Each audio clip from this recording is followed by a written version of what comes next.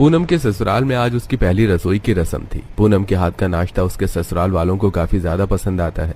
दोपहर होते ही पूनम अपनी रसोई में जाती है और दोपहर के खाने की तैयारी करने लगती है। रसोई में क्या कर रही है और ये सब्जियां यहाँ क्यों काट रही है? दोपहर के खाने का समय हो गया ना, इसलिए खाना बनाने की तैयारी कर रही थी। और सब्जियां तो किचन में ही काटते हैं ना।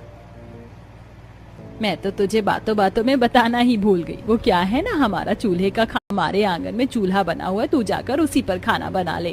पहले मैं अपनी नानी के गांव बहुत जाया करती थी। वहाँ पर मैंने उनके साथ चूल्हे पर कई बार खाना बनाया है, इसलिए मुझे चूल्हे पर खाना बनाना आता है।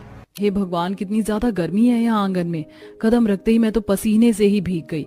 बेचारी पूनम अपनी बातों में ही फंस गई थी और अब मजबूरन पूनम को कड़क धूप में बैठकर सबसे पहले चूल्हा जलाना पड़ता है। धूप में बैठ चूल्हा जलाते जलाते अब मैं तुम्हें क्या बताऊं टीना, तुम्हारा सुनकर मैं तो अपनी सास से भी कुछ नहीं कह पा रही हूँ कि मुझे धूप में खाना बनाने में कितनी दिक्कत हो रही है। वो लोग तो चूल्हे का देसी खाना खा रहे हैं, वो भी एसी की ठंडी हवा में। वहीं उर्मिला पूनम के कमरे से बाहर से उसकी सारी बात सुन लेती है और आकर अपनी बेटी अंजलि को बताती है। दिन में नंगे पैर 5 मिनट के लिए छत पर क्या चली गई? मेरी तो हालत ही खराब हो गई गर्मी से। और बेचारी हमारी बहू कड़ी धूप में बैठकर रोज चूल्हे पर खाना बनाती है। उर्मिला को पूनम के लिए काफी बुरा लगता है और अब पूनम जैसे ही कड़ी धूप पर बाहर चूल्हे पर खाना बनाने के लिए जाने लगती है तो उर्मिला उसे रोक लेती है। अब से तू चूल्हे पर खाना नहीं बनाएगी।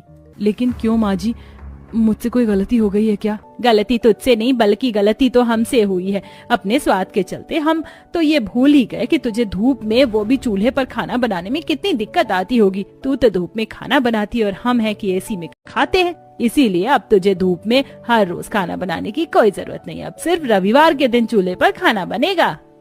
भाभी, उस दिन जब मेरी सभी सहेलियां आपके रंग का मजाक उड़ा रही थी तो मैं भी उनके साथ हंस रही थी। मैं ये भूल गई थी कि आपके इस रंग की वजह भी तो हम ही हैं। अपनी सास और नंद की बातें सुन पूनम की आंखों में आंसू आ जाते हैं और पूनम काफी खुश होती है।